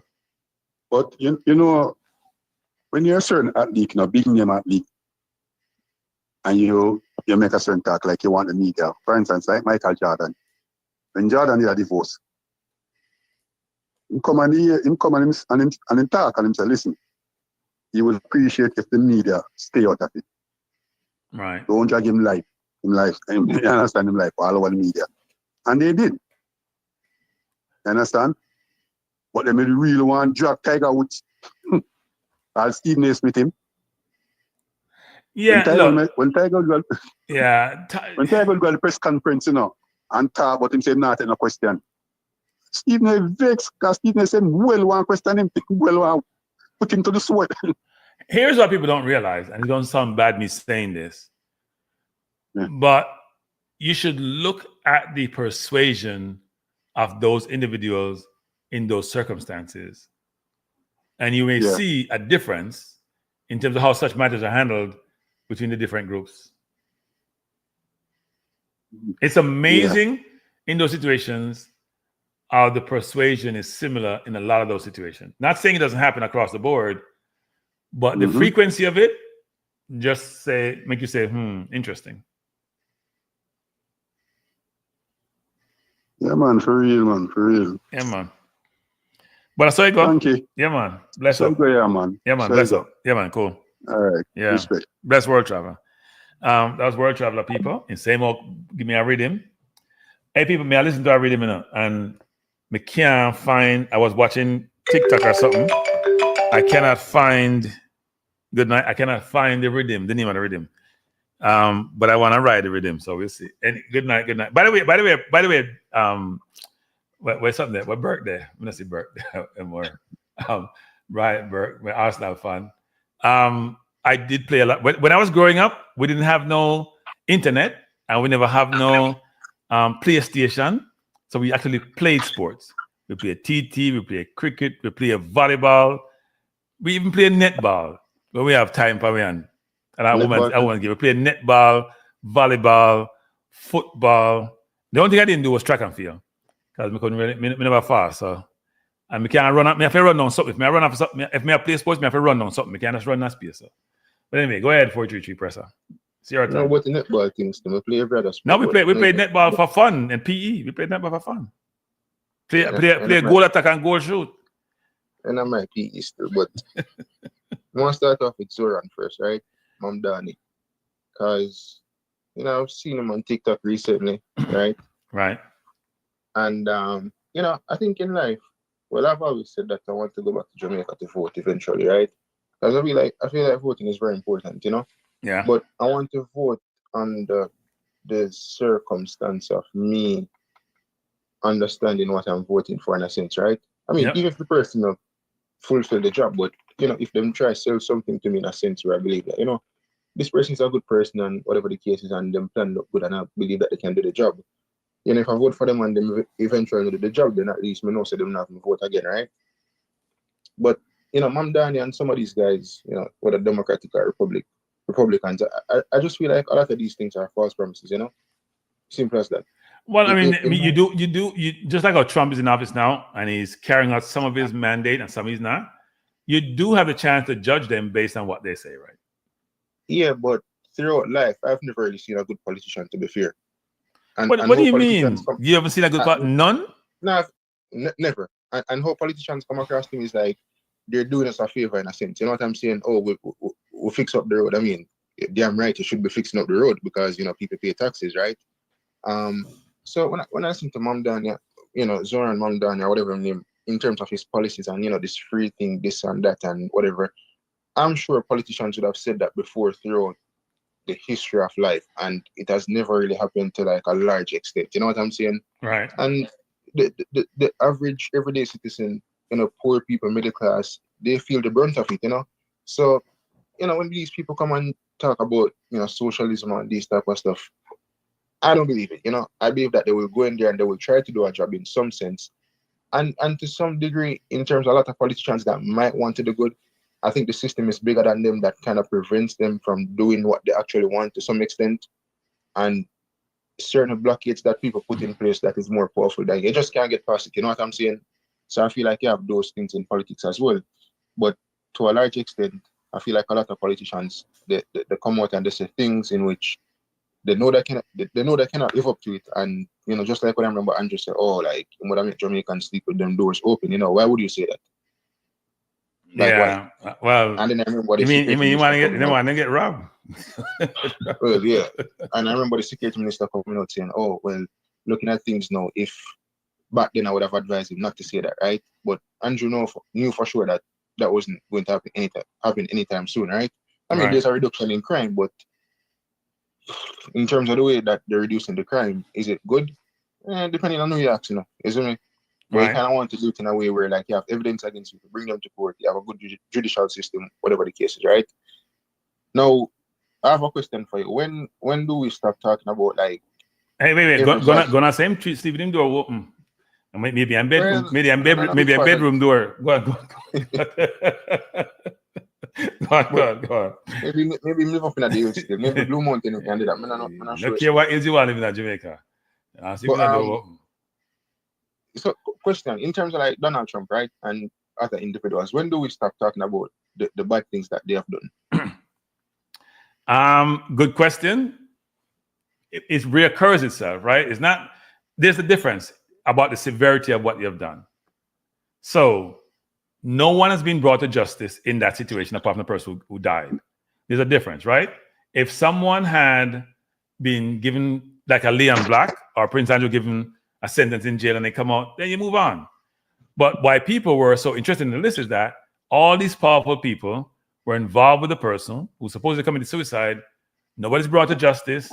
No one has been charged. No one has gone to jail. So you'll always talk about it because it's like an open murder. It's out there. It's open. It comes up from time to time. This is no different. And especially when it was run as a campaign promise to the people that we get in power. It's been hidden by the Democrats. You're going to bring it out. You're going to make it public like you did with JFK Files, and you haven't done so. But the reason I asked the question, right, it goes back to the green thing in terms of like, I've been on Earth for 24 years, and throughout my life, people will always bring up things. You know what I'm saying? Guilty or not guilty. Case thrown out are still, pending or whatever the case is. People, the public will always have an opinion on things. For example, I don't remember her name, but you remember this case in Italy like a couple years ago, like maybe 10, 15 years ago. This American student, this girl, she lived in Italy in this small house, right? You remember that case? And her roommate died? Yes, I remember. And didn't she go to jail? Yeah, she went to jail. Yeah, but she eventually got out, right? Yeah, she got out eventually, yes. I remember like, taking the train and I used to like look at the pictures, the evidence and all these type of stuff, right? Yeah. And I was so conflicted in terms of making a decision. Like sometimes I felt as if she was guilty. Sometimes I felt as if she was not guilty in some sense, right? Now, whatever the verdict was at the time, because I think she did go to prison, so she was guilty, right? And some occasions I felt as if she wasn't guilty in a sense, right? And some occasions I felt like she was guilty. And there are many court cases where people get locked up and I'm like, I don't really feel like them deserve that still not them guilty in a sense, right? In Vybz Kartel case, I believe that Vybz Kartel is guilty. I think the evidence was circumstantial, but how they dealt with the evidence, eventually it got the case thrown out in some sense, right? But in my opinion, I believe that he was guilty. So I just believe in life, people have to understand, say, in everything you do, good or bad, people will always bring up stuff. You know what I'm saying? Right. Yeah. I mean, you mentioned the Vybz situation. He got off on a technicality, didn't he? And here's what's interesting about his situation, which I find very funny. And it's something that I always ponder, which is this. When he's been interviewed, normally when those situations happen, it's going to come up in discussion. You get interviewed, it comes up. It doesn't really come up enough. Or if it come up, is in a more tangential component. It's not a key contributor to the conversation, or is not asked about it, about your innocence or guilt. That's not even part of the conversation. When in a lot of times, you're saying we're going to bring to closure. If you got released from prison before your time and it wasn't because of time served, people would say to you, you've been railroaded, you're supposedly innocent. How do you feel about it? Are you going to sue the government? You don't hear anything about that. I find it interesting. I think there was an interview he did. I think it was with The Fix. That they kind of asked him something about it. I don't know if you watched that one, but I think they did ask him something similar in terms of like, was he going to sue the government? Something like that. I think he did laugh at or something like that, right? Okay. But even like the O.J. Simpson case with his wife and her friend, like he was not guilty, right? Some people believe that he was guilty. That's just public opinion. You know what I'm saying? Right. I think people are allowed to have a public opinion. I think the thing with Greenwood is that I just think the climate in Jamaica is less in terms of the criticism that he will face compared to England, especially from the media. You know what I'm saying? Well, it's interesting you say that, because if you hear Maverick and William speak, initially you would think so, especially on these programs, but most of the people on these programs are football fans who want him to play, even though Williams and Maverick supposedly are football fans. But there is some sentiment, hidden sentiment, which may not manifest itself, which suggests there's some people who are not comfortable with it. Yeah, but you cannot be comfortable, right? But I'm saying, you know, Leger said what he said, Maverick said what he said. But Maverick's stance wasn't in terms of like Leger, right? It was more like him just tired for your name because the issues of the team bigger than Greenwood in a sense, right? So his stance was different. So I'm saying, yes, you will have people in Jamaica that, you know, probably don't want him to play, right? But in any country, in France, in any country, in Getafe, in Spain, when he was in Spain, you had people who voiced their opinions on the situation. You know what I'm saying? So I'm saying, in Jamaica, in terms of like the media, I think the climate is a bit less in terms of criticism that he will face compared to other countries, right? But in any walk of life, in any country that he will apply straight or whatever the case is, there will at least be 1 or 10 people that will have something to say different than the majority that might want him to play. You know what I'm saying? But at the end of the day, I don't like somebody I go up a stadium go protest, as in legitimately protest and block the gates, them and all these different type of stuff and block the bus from coming in and all these things. You know what I'm saying? That's never going to happen. No, I think people only protest when the government triple the wages of the politician. And so then, or two people go out there or the Euro Circle, go march one couple of days and go back in them yard. You know? Yeah, which is like Jamaican sun too hot, like sun too hot, sun too hot, sun too hot. I've been in Jamaica, sun hot, bad. So, Jamaican, when Chung was in the position recently, most people go to go protest and they didn't even know what them that protest for. I know, and I see Dion bring it up again on her YouTube channel about where Chung is, and I can't. Chung has been in the road for about a month now, right? Over a month, he's been in the road. So, what are you protesting about? He's been in the road. It's not like they're gonna fire him. You've been bringing up, yeah. And I think in terms of the Leon Bailey thing, I think it's a 3-day story. I don't think there's nothing in it. Literally. Yeah, it's gonna die down and go away. Yeah, he plays in England like, the only time this might come up, I think come play for Jamaica and have a look at one bad performance and people troubling about it. You know them way they. No, it's not. Look at one. It's not one. No, man, I say yeah, but you know something, Presser. If he came and hit the ball off the cover each time, the way Jamaicans are, I know it's not Jamaicans, it's people in general, the performance would negate some of the bad news. The lack of performance exacerbate the bad news. Bad, right? Yeah. They will like trouble him about it or bring it back up, right? Yeah. But it's not in any way where it's like a big thing. Jamaicans trouble people about anything. You get me? I say. But in terms of this, I just think it's a 3-day story. Like, it's not the first person where this happened to, right? Obviously, I don't think he's the one that leaked it. We don't even know if it's the girl who leaked it. You know what I mean? I mean, somebody could have go through somebody's phone, different type of things. What is it? Is it a video? Because I haven't seen that much. Is it a video or something? I heard the verbiage about what people are saying. On the video. Oh, it's on the video. Okay. Yeah. So, listen.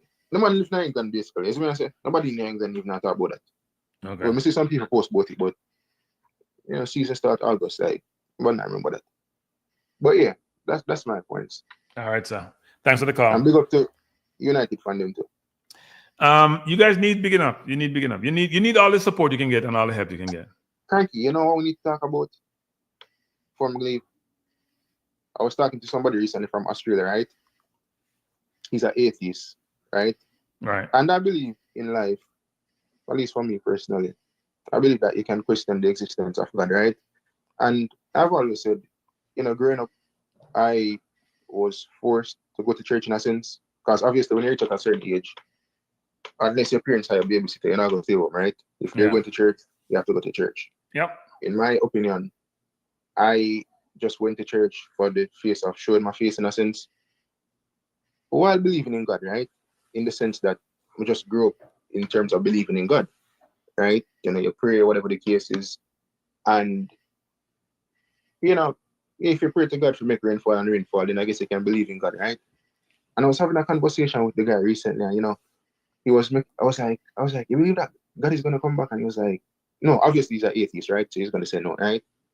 And I was saying to him, like growing up, I always questioned the existence of dinosaurs, right? Because it's so surprising that these creatures did exist. Right. And normally for me, like when I feel like something is too good to be true, I don't believe it in a sense. So I have a question for you. Yeah. When you say God is going to come back from where? Where is he now? Like to take the earth. But all right, the Bible stories I'm talking about, like can come back and take the earth, right? Here's why I laugh, because sometimes whenever the questions, I'm not an atheist, right? Let me just be that clear. I'm not an atheist, but I also don't believe in Jesus. But let me just say this: when you say God's going to come back, so when I'm gonna Mars, I'm gonna, we understand you say I come back. God, Jesus, whichever one, the one that is. But coming back from where though? Coming back from where? Listen. The one that is going to come back like a thief in the night, that one, right? But where is he? Where is he? Where come? I don't know, because that's why I was having a conversation. That's part of my problem. There's too many unexplained things, right? So listen, if you don't know, so you don't know. Don't make things up.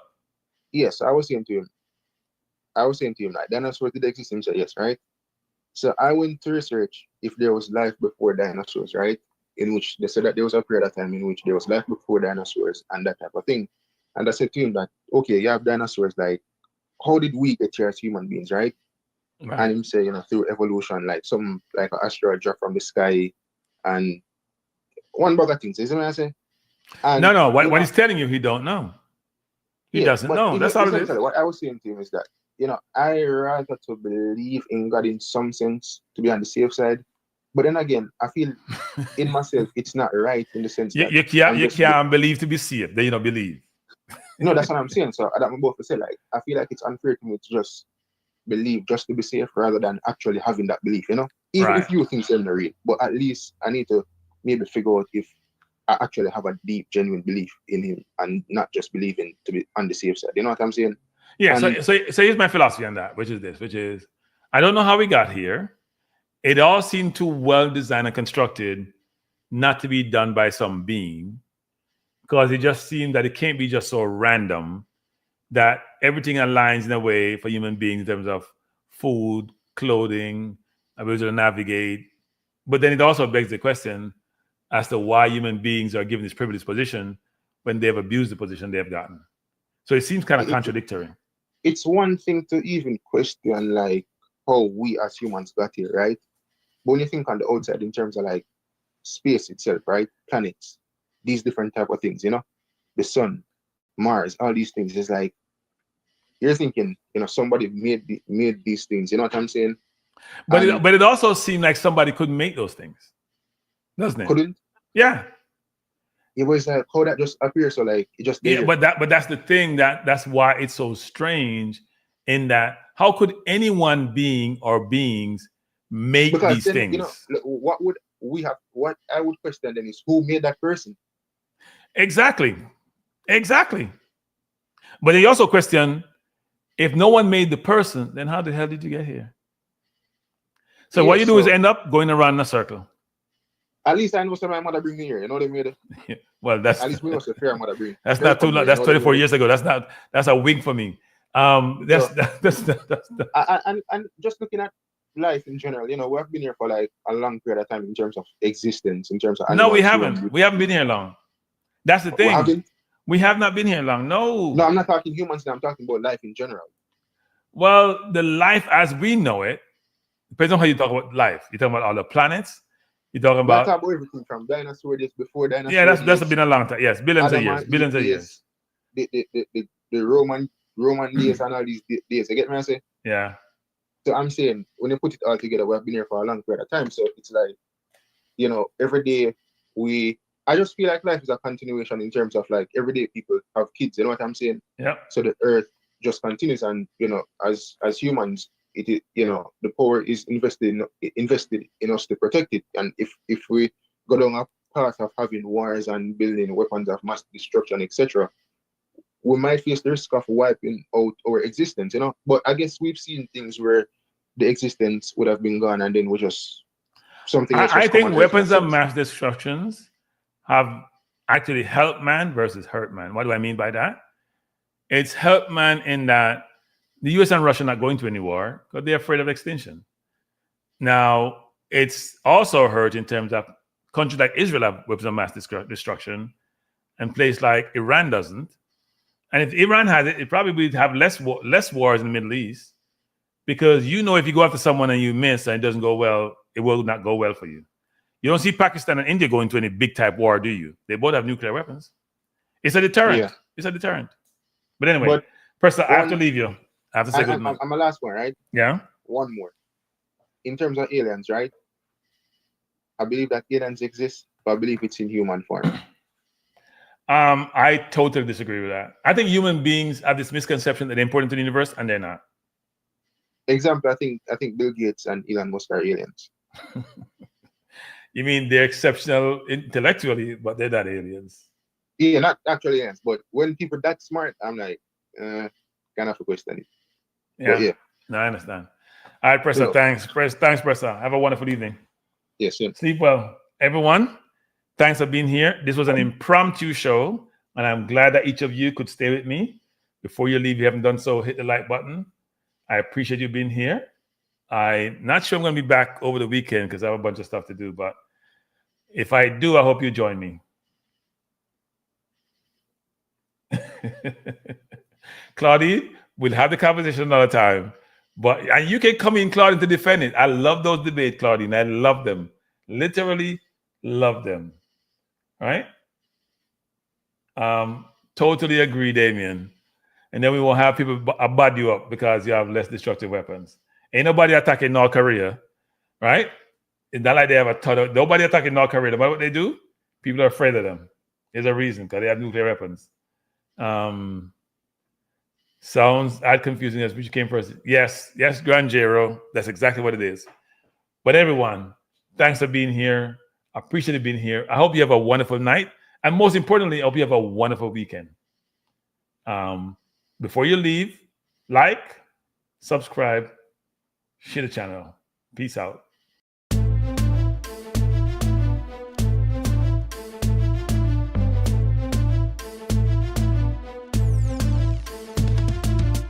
Kranky life is the best to be now. For the best sports talk and it's free, yo. Kranky life will be your guiding light by keeping you informed both day and night. Kranky life, till them. Kranky life, heed them. Kranky life, want them. Kranky life. From the coast to the field, we'll never lose because Kranky has the hottest news. With expert analysis, we break it down. Our in-depth coverage is best in town. Kranky life, feel them. Kranky life, heed them. Kranky life, want them. Kranky life. Kranky life where the sports is spicy and where we keep the discussion lively. Kranky life, get to know the name because Kranky analysis is never lame. Kranky life, give me my Kranky life. I want my Kranky life. Must have my Kranky life. Whether it's football or track and field, Kranky is at the wheel. So join the journey through victory and defeat and subscribe and don't miss a beat of Kranky life. Tell them, Kranky life. Heed them, Kranky life. Want them, Kranky life. If you're from England or USA, from Kingston or Bombay, from Kenya or Canada, Lagos or Havana, visit Kranky Live. Tune into Kranky Live. Like up Kranky Live. Subscribe to Kranky Live. Kranky Live coming to you on weekdays. Kranky Live sometimes on Sundays. Pull up a chair and take a seat because Kranky will always bring the heat. Kranky Live. Me say fi tell them Kranky life. Me say fi eat them, cranky life. On them, cranky life. Cranky life will be around. Cranky life is the best in town. Me say fi eat them, me say fi want them. Me say fi eat them, want them, eat them, want them. Cranky life. Cranky life. Eat them, want them, eat them, want them. Cranky life. Cranky life. Eat them, want them, eat them, want them, eat them, want them. Cranky life. Cranky life. Cranky. Eat them, want them, eat them, want them. Eat, want, eat, want, eat them.